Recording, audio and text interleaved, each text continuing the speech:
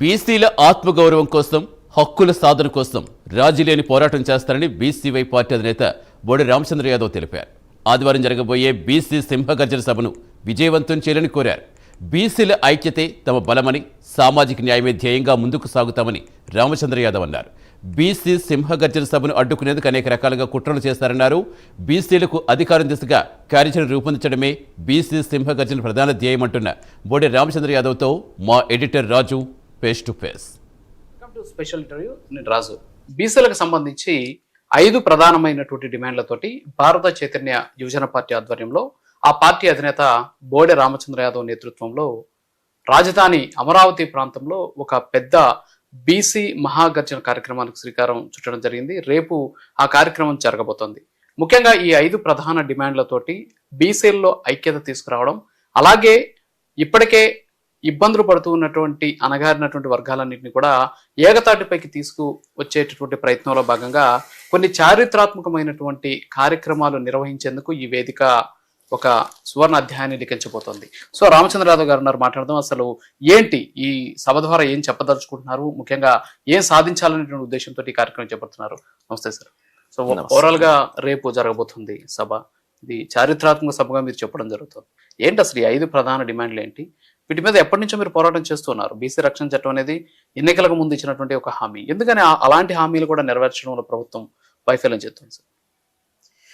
దీనికి ప్రధాన కారణము పార్టీలకు, ప్రభుత్వాలకు బీసీల మీద, బీసీల యొక్క సమస్యల పైన, బీసీల యొక్క డిమాండ్ల పైన చిత్తశుద్ధి లేకపోవడం. బీసీలు అంటే కేవలం ఓటు బ్యాంక్ రాజకీయాల కోసం మాత్రం వాడుకోవాలి, అధికారంలోకి వచ్చిన తర్వాత అన్ని రకాలుగా అనగదొక్కాలి, ఇచ్చిన హామీలను నెరవేరిస్తే బీసీలు ముందడుగు వేస్తారు, అన్ని రంగాల్లో ముందుకొస్తారనే ఉద్దేశంతో బీసీలను అణచివేసే ప్రయత్నం జరుగుతోంది. కాబట్టి బీసీవై పార్టీ ఈ పోరాటానికి పిలుపునిచ్చింది. రేపు జరిగే బీసీ సింహగర్జన కార్యక్రమంలో మేము చేస్తున్న 5 ప్రధాన డిమాండ్లు ఏవైతే ఉన్నాయో ఈ డిమాండ్లను నెరవేర్చుకోవడానికి భవిష్యత్తు ప్రణాళికను కూడా ఈ సభ ద్వారా ప్రకటించబోతున్నాము. గతంలో బీసీల పైన, బీసీ ఉద్యమాల పైన, బీసీల యొక్క హక్కుల పైన అనేక రకాలుగా కుట్రలు చేసినప్పటికీ కూడా, మోసం చేసినప్పటికీ కూడా భవిష్యత్తులో అలాంటివి జరిగే అవకాశం లేదు. ఎందుకంటే బీసీలలో చైతన్యం వస్తోంది, మార్పు వస్తోంది. బీసీలలో చైతన్యం తీసుకొని వచ్చి, ఐక్యత తీసుకొని వచ్చి భవిష్యత్తులో బీసీలకు అధికారం తీసుకొచ్చే దిశగా బీసీవై పార్టీ పోరాటం కొనసాగుతుంది. అంటే ఇప్పటికే ఈ కార్యక్రమానికి సంబంధించి మీరు ఈ నెల 4వ తేదీనే పోలీసులకు పర్మిషన్ కోసం కూడా లెటర్ పెట్టామని చెప్పడం జరిగింది. సో ఎందుకని ఆ పర్మిషన్ ఇవ్వడంలో అంత అలసత్వం ఎందుకు? అట్ ది సేమ్ టైం మీరు ప్రతి కార్యక్రమం, ఈవెన్ ఒక పర్యటనకి వెళ్ళాలన్నా కూడా కోర్టుకు వెళ్ళి తెచ్చుకోవాల్సినటువంటి పరిస్థితి ఏంటి? దీని అంతటి కూడా కారణం ఏంటంటే ప్రభుత్వం ఇలాంటి అంశాలను చూసి భయపడుతుందా, లేకపోతే మీ వెనకున్నటువంటి బీసీల శక్తిని చూసి వాళ్ళు ఏమైనా వెనకడుగు వేస్తున్నారా? కారణం ఏమైండొచ్చు అంటారు? ఏది ఏమైనా రాష్ట్రంలో చంద్రబాబు నాయుడు గారి ప్రభుత్వం అయితే ఖచ్చితంగా అంబేద్కర్ గారు రాసిన రాజ్యాంగానికి తూట్లు పొడిచి తన కుమారుడు నారా లోకేష్ నాయుడు రాసిన రెడ్ బుక్ రాజ్యాంగాన్ని నడిపిస్తున్నారు అని చెప్పడానికి ప్రత్యక్ష ఉదాహరణ గత 20 నెలల కాలంలో బీసీవై పార్టీ ప్రజల తరపున, బాధితుల తరపున చేస్తున్న పోరాటానికి ప్రభుత్వం పెడుతున్న అడ్డంకులు, మరీ ముఖ్యంగా రేపు తలపెట్టిన బీసీ సింహగర్జనను అడ్డుకోవడానికి అనేక రకాలుగా కుట్రలు చేశారు. చివరి నిమిషం వరకు నిర్ణయాన్ని వెల్లడించకుండా పోలీస్ డిపార్ట్మెంట్ పైన ఒత్తిడి తీసుకొని వచ్చి చివరికి హైకోర్టు వారిని ఆశ్రయించిన తర్వాత అక్కడ మేము రిజెక్ట్ చేస్తున్నామని చెప్పి కుంటి సాకులు చెప్పే ప్రయత్నం చేశారు. ఈ రాష్ట్రంలో ఎక్కడైనా ఎవరికైనా సభలు పెట్టుకునే అవకాశం ఉంది. జగన్మోహన్ రెడ్డి లాంటి నాయకుడు రేపు సభ అంటే ఈ రోజు ప్రకటిస్తే వారికి రెడ్ కార్పెట్ వేసి పోలీసులు ఆహ్వానం పలుకుతున్నారు. కానీ బీసీవై పార్టీ విషయంలో మాత్రం అనేక రకాలుగా అడ్డంకులు సృష్టిస్తున్నారంటే బీసీల యొక్క సమస్యల పైన పోరాటం చేసే వాళ్ళని ఏ విధంగా అనగదొక్కాలి, ఏ విధంగా ఇబ్బంది పెట్టాలి అని ప్రభుత్వానికి ఉన్న చిత్తశుద్ధి బీసీల సమస్యల పైన, బీసీలకు ఇచ్చిన హామీల పైన 1% ఉండింటే ఈ రోజు బీసీల రోడ్ల మీదకి వచ్చే పరిస్థితి ఉండేది కాదు.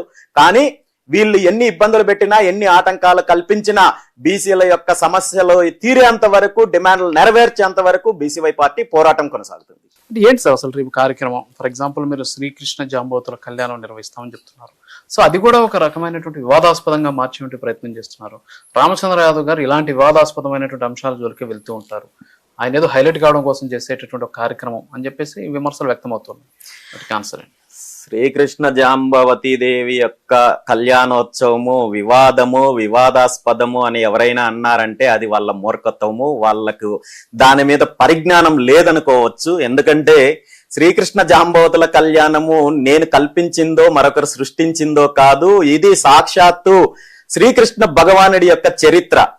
ఆనాడు ద్వాపర యుగంలోనే వృత్తుల ఆధారంగా ఏర్పడిన కులాలను ఏకం చెయ్యడానికి, సామాజికంగా అన్ని వర్గాలను కలపడానికి ఆ భగవంతుడు తన కులాంతర వివాహాలకు నాంది పలుకుతూ జాంబవతీ దేవిని వివాహమాడారు.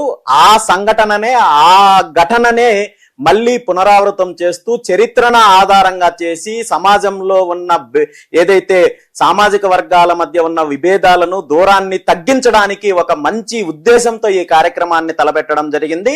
దీన్ని ప్రతి ఒక్కరూ ఆహ్వానిస్తున్నారు. కేవలం కొంతమంది ఏదో ఒక రకంగా కుట్రలు చేయాలి, లేదంటే వివాదాలు సృష్టించాలని దీని మీద లేనిపోని కల్పిత కథనాలు తీసుకొచ్చే ప్రయత్నం చేస్తున్నారు తప్ప ఇందులో ఏ ఒక్కరికి ఇందులో వివాదం కనబడలేదు. ఖచ్చితంగా ఇలాంటి కార్యక్రమం ద్వారా భవిష్యత్తులో సామాజిక వర్గాల మధ్య ఉన్న దూరాన్ని తగ్గించే ప్రయత్నము చేస్తున్నాము. భవిష్యత్తులో ఇలాంటి కార్యక్రమాలు ఇంకా చాలా చేయడానికి కూడా బీసీవై పార్టీ సిద్ధంగా ఉంది. అంటే ఇప్పటికే మీరు బీసీల గొంతుగా ముందుకు వస్తూ ఉన్నారు. ఇప్పుడు శ్రీకృష్ణ జాంబవతుల కళ్యాణంతో మిగతా సామాజిక వర్గాలను కూడా ఏకతాటిపైకి తీసుకొచ్చేటువంటి ప్రయత్నం జరుగుతుంది. మరి ఇలాంటి సందర్భంలో అంటే ఏం చెప్పాలనుకున్నా, అంటే దీని ద్వారా ఏంటి, నాట్ ఓన్లీ బీసీలు మిగతా సామాజిక వర్గాలను కూడా కలుపుకొని ఒక రాజకీయ ప్రత్యామ్నాయ శక్తిగా ఎదగడం కోసం జరుగుతున్నటువంటి ఒక ప్రయత్నంగా భావించవచ్చు అంటారు దీన్ని? ఖచ్చితంగా బీసీవై పార్టీ ఆవిర్భవించిన రోజు నుండి ఈ రోజు వరకు పార్టీ యొక్క సిద్ధాంతం గురించి స్పష్టంగా తెలియజేస్తున్నాము. రెండు తెలుగు రాష్ట్రాల్లో ఉన్న దోపిడీ పార్టీలు ఏవైతే ఉన్నాయో, ఈ దోపిడీ కుటుంబాలు ఏవైతే ఉన్నాయో, వీటికి ప్రత్యామ్నాయ రాజకీయ శక్తిగా బీసీవై పార్టీని నిర్మించాలనే ఉద్దేశంతో ఇందులో భాగంగా సమాజంలో ఉన్న మన తెలుగు రాష్ట్రాల్లో ఉన్న అన్ని వర్గాలని, ఈ దోపిడీ వర్గాలు, ఈ దోపిడీ కుటుంబాలు కాకుండా మిగిలిన అన్ని వర్గాలని ఏకం చేస్తూ ముందుకెళ్లే బాధ్యత బీసీవై పార్టీ తీసుకుంటోంది. ఈ రోజు చేస్తున్న కార్యక్రమమే కాదు, భవిష్యత్తులో బీసీలందరినీ ఏకం చేయడానికి, అదేవిధంగా దళితులను కావచ్చు, కాపులను కావచ్చు, మిగిలిన సామాజిక వర్గాలందరినీ కూడా కలుపుకొని ఈ దోపిడీ శక్తులను ఎదిరించి ఈ దోపిడీ పార్టీలకు పూర్తిగా అధికారాన్ని దూరం చేసి ఒక ప్రజా ప్రభుత్వాన్ని ఏర్పాటు చేసేంత వరకు కూడా బీసీవై పార్టీ పోరాటం కొనసాగుతుంది. అంటే సార్, ఎన్నికలకు ముందు బీసీ రక్షణ చట్టం అని చెప్పింది కూటమి ప్రభుత్వం. సో అధికారంలోకి వచ్చి 20 నెలలు దాటుతుంది. సో చట్టం తయారు చేయాలంటే చాలా సమయం పడుతుంది. At the same time so అలాంటి టైం కూడా ఇవ్వకుండా మీరు ఒక అల్టిమేటం జారీ చేయడం, తర్వాత వచ్చేసి రాజధానికి సంబంధించినటువంటి భూముల వ్యవహారం గురించి మాట్లాడడం, 44% రిజర్వేషన్లకు సంబంధించి, అంటే అది మురళీధరన్ కమిషన్ నుంచి అప్పటి నుంచో 1983 నుంచి ఉన్నటువంటి సమస్య అది. సో ఇలాంటి సమస్యలు కనీసం టైం కూడా ఇవ్వకుండా అల్టిమేటం జారీ చేసిన ప్రయత్నం చేస్తున్నారని చెబుతూనే కూటమి కూడా ఆ దిశగా ప్రయత్నాలు చేస్తుంది. రీసెంట్గా చూసాం మనం రక్షణ చట్టంకి సంబంధించి డ్రాగన్ చేసేటువంటి ప్రయత్నం, కమిటీలు వేసేటువంటి ప్రయత్నం, అంటే మంత్రులతోటి కమిటీలు వేయడం. సో ఇవన్నీ కూడా చూస్తున్నాం. సో ఒక ప్రక్రియ నడుస్తుంది కదా, అయినా సరే మీరు ఎందుకు దీన్నే టార్గెట్ చేస్తున్నారు? ఎలాంటి ప్రక్రియ నడవడం లేదు. నిజంగా అలాంటి ప్రక్రియతో ప్రభుత్వం ముందుకొచ్చింటే అందరికంటే సంతోషపడేవాడిని నేనే. కానీ ఇవన్నీ కూడా తప్పుడు కథనాలు, కల్పిత కథనాలు తప్ప బీసీలను మభ్యపెట్టి బీసీలలో వస్తున్న చైతన్యం ఏదైతే ఉందో దాన్ని విచ్ఛిన్నం చేయడానికి చేస్తున్న ప్రయత్నం తప్ప మరొకటి కాదు. ఇప్పటి వరకు బీసీ రక్షణ చట్టానికి సంబంధించి ప్రభుత్వము ఆన్లైన్ కానీ ఆఫ్లైన్ డొమైన్ లో కానీ ఎక్కడా ప్రకటన చేయలేదు.